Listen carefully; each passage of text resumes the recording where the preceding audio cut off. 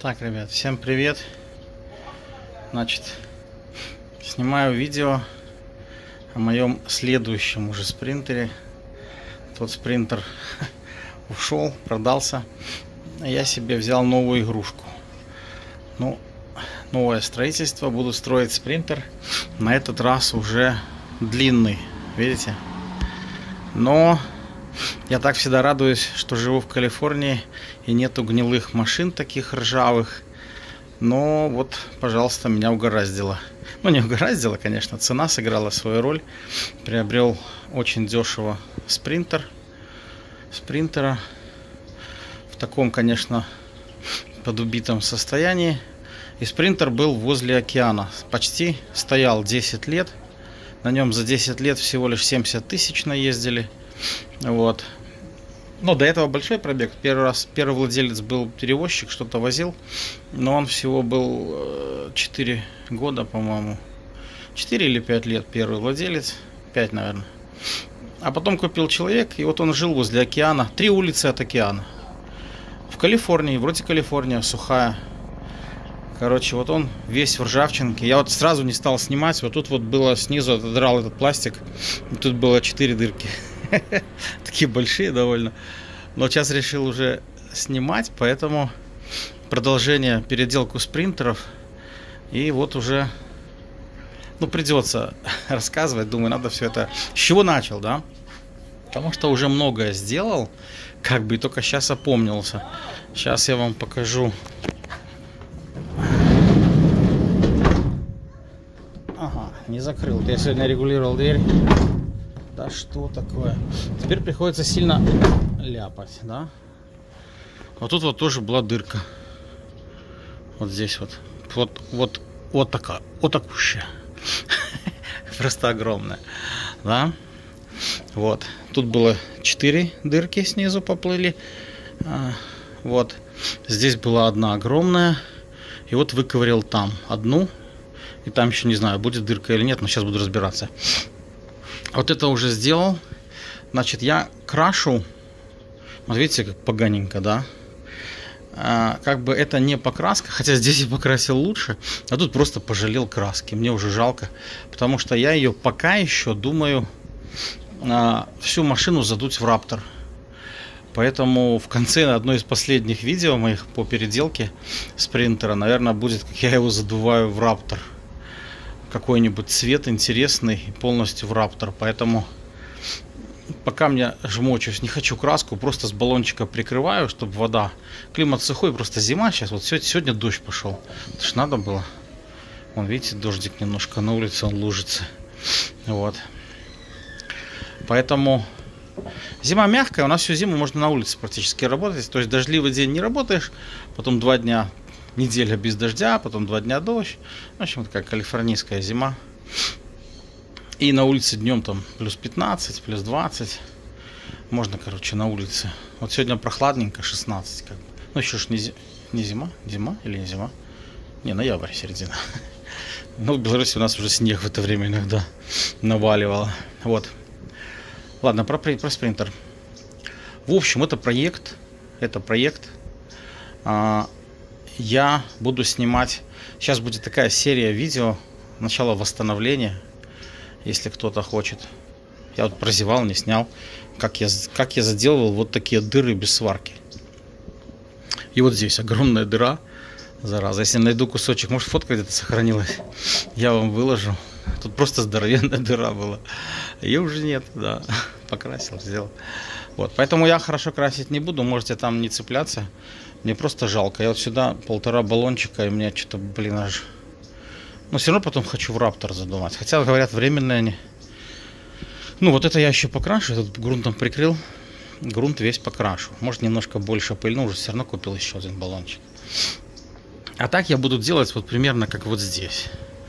Вот видите? Я уже прикрутил эту полосу. Значит, вот тут дыра огромная. Вот видно, краска по цвету вот полукруг вот такой закрашен. И вот тут тоже, тут вот такие ржавые, много. Вот тут прям текло. Дырочек, правда, здесь не было. И вот тут 2 большие ржавчины. И я вот их сделал и покрасил. Ну, в общем, в данный момент я вот так вот хотел пока делать. Вот это как бы тоже времянка, но это такая времянка может быть долго. А такая времянка это как бы халтура. Все будут пальцем показывать. Но на такую вот площадь, это, блин, представляете? Потому что тут было все в точечку, в ржавую. Ну вот как снизу, вон я порог еще не доделал. Вот видите, все в ржавую точечку. Вот такая была дверь. Поэтому пришлось ее всю перетереть, как бы почти всю. Ну, в общем, ладно. Да это несущественно. Следующие видео будут и ремонт этого спринтера, приведение его в хорошее состояние. Ну, не в суперское, но такое, в хорошее. Просто, чтобы он был надежной машиной, как бы ездил и не подводил. Вот. Ну и буду снимать такие отдельные видео, такие вот. Следующий мой видос будет. Во. Вот видите, солнце, видите, Калифорния. Еще дорога не высохла. А вон там через дерево уже все, уже солнце светит. Вот так вот у нас. Сейчас солнце все высушит. Я буду снимать, вот сейчас первое же видео сделаю, как вот заделывать такие вещи. Тут стоял такой круглый резиновый магнит, если кто знает. Я сейчас с другой стороны покажу. Вот его тоже придется делать. Вот видите, машинного океана. Причем ее уже делали. Ее там 2 раза. Человек мне отдал документы. Я, может, отдельное видео про этот спринтер расскажу. Интересный очень случай. Просто у меня сейчас на руке. Я бы сейчас рассказал продолжение этого спринтера, но нету документов. Там я вам прям подтверждать буду документально. Как в Америке вообще. Еще Америка состоит из сплошных разводов. Вот. В общем, вот резинка. Вот тут тоже придется все делать. Вот тут дырка будет. Я тоже ее буду делать. Да. Вот тут, ну не знаю, теоретически может дырка и будет. А может и нет. Вот. Поэтому, ну вот эту дырку. Я вот не знаю, мне магниты для проекта кемпер, автодом вы называете, да? Мне для этого проекта, наверное, не нужны вот эти магниты. И я не знаю, буду ли я их делать, не буду ли я их делать. В общем, Мерс странно сделал очень. Магниты практически выкручиваются рукой. Вот берете вот так его, вращаете обратно. И вот в середине, видите, вот сюда болтик. Он как болт идет, да, магнит, а сзади его болт. И вы его просто вот отсюда выкрутили и все. А в моем случае он приржавевший был, он не выкручивался. Вы его, короче, сверху резинку с него сколупываете. И туда вот дальше смотрите на его. А давайте я его покажу. Короче, вот. Вот эта сторона, вот где они намазали неразъемным герметиком. Я не знаю, по заводу идет неразъемный, нет. Или это уже мексиканцы намазали. Потому что очень уж свеженько выглядит. Из-за этого он не выкручивался у меня. Он намертво там сидел. И мне пришлось его колупать, пока он не начал вот тут шевелиться. А вот тут вот вставляется этот болт. Вообще конструкция на Мерседес не похожа, как будто китайцы делали. Но это оригинальное все. Вот этот болт, он вот туда вот как бы вставлен. Вот эта разрезная штука собрана. И сверху одет пластик, чтобы оно на 2 части не развалилось. А сверху вот тут, чтобы не раскрывалось, вот этот пластиковый хомут одет, вот этот. Я просто отвертку туда просунул, этот пластиковый вот туда столкнул на болт, болт был в этой стороне. И я столкнул, ну и оно кое-как выколупалось. И только потом я уже вставил ключ и смог выкрутить. Ой. Вот сказать, что это Мерседес придумал, я бы этому инженеру руки отбил бы. Это чтобы приделать сюда магнит, это вот такая вот какая-то сложнейшая какая-то фигня, чтобы всего лишь в конце магнитился магнитик.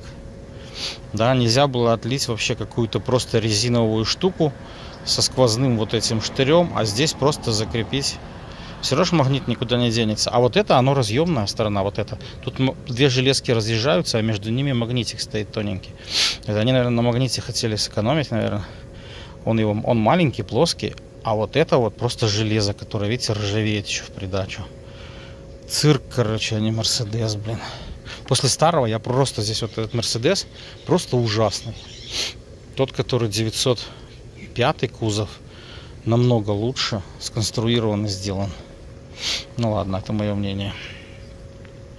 Ну что у меня тут просто был 4 года, 5 лет, наверное. Ну, в общем, вот этот болт туда вкручивается. И вот здесь вокруг него, видите, это заводская еще осталась кромка. Такая вот дырища здоровенная. И вот это, а тут еще сверху резинка где-то, и резинка вот так по краю прижимается. Я думаю, все это из пластика я сделаю, потому что я ничего варить не собираюсь. Вот, я просто покажу вам, как сделать прочно, качественно, надолго, специальной такой шпаклевкой, как эпоксидной, как стекло оно пишется или что там. Вот, я вам покажу, как это сделать хорошо и надолго, чтобы вы забыли. По секрету скажу, у кого я подсмотрел этот рецепт использует человек, который делает машины для дилера. Там все ругаются на него, конечно. Ах ты гад, ты что ж делаешь? А он где там прогнило, вот так высыпалось дырки. Никто не варит. Это же дорого варить, это все время, понимаете? Все заделывает, и все ездит, и все классно. Вот. А потом, возможно, я в пластике просверлю отверстие сквозное. Ага, как же я ее поставлю? Вот такое отверстие надо будет сверлить. Ну, может быть, ладно. Ладно, я хотел про спринтер, а начал уже про конкретные работы. Про это отверстие я буду делать отдельным видосом. Я вот начал вам про цирк с покупкой. Не цирк, а мне жалко. Может, там какая-то махинация, я еще не знаю. Вот. Смысл в том, что владелец этого спринтера отдал мне толстенную папку. Вот так, 3 сантиметра бумаг, да, чеков. Сколько он отдал за ремонт на протяжении вот этого периода 10 лет, да? То есть какого там с 2000, получается, 13 по 2023. Да, приблизительно так. Общая сумма денег, которую он потратил на ремонт этого спринтера, по тем чекам, 20 тысяч долларов, больше 20 тысяч.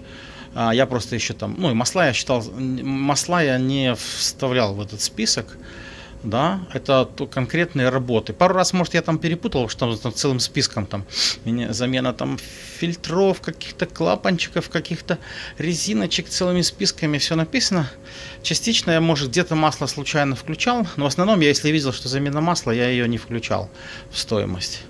20 тысяч за 10 лет, при этом он проехал всего 70 тысяч пробег, 70 тысяч за этот период, 70 тысяч майлов. Но это мало очень, да, за 10 лет 70 тысяч. Так вот, заметьте, я эти чеки каждый перебрал, просто отсортировал и выписал. Вот, и этот список я могу вам показать, да, потом, просто сейчас идти не хочется. Там в списке вот что делалось и сколько это стоило. То есть это просто ужас. Ни одной серьезной детали не было. 20 тысяч долларов за 10 лет.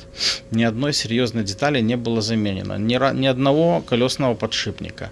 Ни разу мост не менялся. Там. По двигателю тоже никаких крупных работ. Цепь не менялась. Да? Цепь вот гремит, а она не меняла. 20 тысяч человек отдал. Ни одной серьезной работы. ДПФ-фильтр не менялся. То есть, ну что тут дорогое, там по подвеске что-то было, да, вот по подвеске передней было, но вот я просто в ужасе, я это все считал. Мне жена говорит: тебе не надоело вот это каждую бумагу, вот это полдня, как бухгалтер, вот. И я это все подсчитал, у меня вышло 20 400 там с чем-то.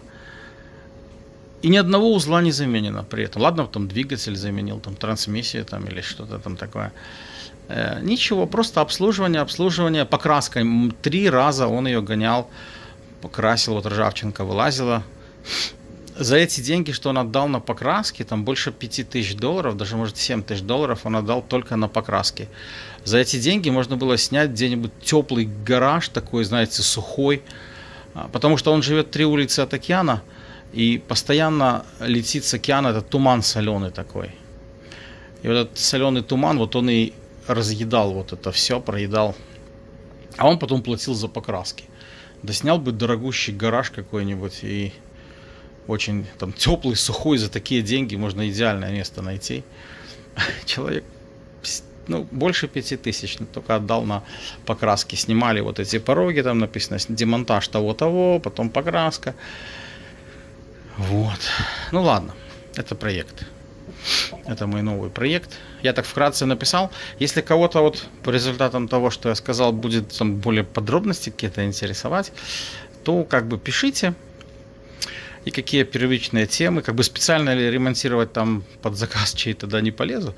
Потому что сейчас я хочу сначала закрыть просто дырки. Зима на носу, дожди у нас начинаются. И я просто хочу все закрыть от влаги. Вот все вот эти вот места вот такие, особенно там, где дырки, я предполагаю, там я буду все сейчас выколупывать и все закрыть. И на зиму я полностью все закрою. Вот я даже на дверке опять вам покажу.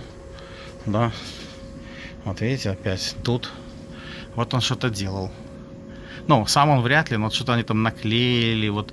Потом желтой какой-то типа эпоксидкой вот залито. Вот оно везде такое желтое. У меня такое ощущение, что вот когда он заплатил дорого, ему там пол машины такой эпоксидкой облили. Но через нее тоже все полезло. То есть вот это большое ржавое место, оно тоже было все такое в желтой эпоксидке. А я прям ее слоями снимал. Вот она снимается прям слоями. Вот это эпоксидная какая-то грунтовка это или что.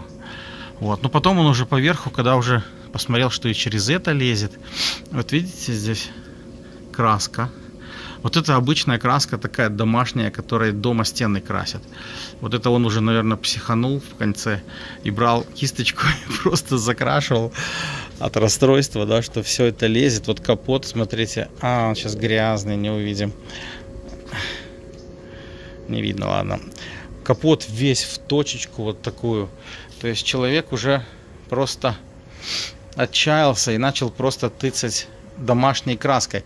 Хотя, если бы он был, мужик, чуть-чуть разбирался в этих вопросах, то затыкать вот эти ржавые места можно. И оно, кстати, работает. Только надо затыкать краской типа масляной какой-нибудь, вот такой, чтобы она не пропускала кислород. Если вы уберете доступ кислорода к железу, железо не будет дальше ржаветь. Это секрет такой. То есть хотите затыкивать вот такие ржавые места, затыкивайте их чем-то таким, которое, ну, краской такой, которая будет полностью закрывать доступ кислорода, которая дает такую классную толстую пленку. Ну, как правило, вот на масляных основах краски, вот они вот такие. Ну, эпоксидные неплохо, но эпоксидная прилипает плохо. Вот я ее сейчас чищу, вот я вот уже там не заснял вам, вот с той дыркой, там прям я прям ее как пленку так жих, ее прям снимал, сдирал прям лусточками такими. Короче, вот это к вопросу, держится ли хорошо эпоксидка. Да, держится на хорошо подготовленной поверхности, либо прямо на металле. Вот то, что я буду использовать для заделки больших вот таких дыр. Вот там написано прямо на металл, чтобы максимально было, металл шершавый, и прямо на металл накладываются вот эти специальные эпоксидные такие грунты. Не грунты, он даже не грунт, а такая бандаж такой. Все. Всем пока. Смотрим следующее видео. Задаем вопросы по дальнейшим моим проектам.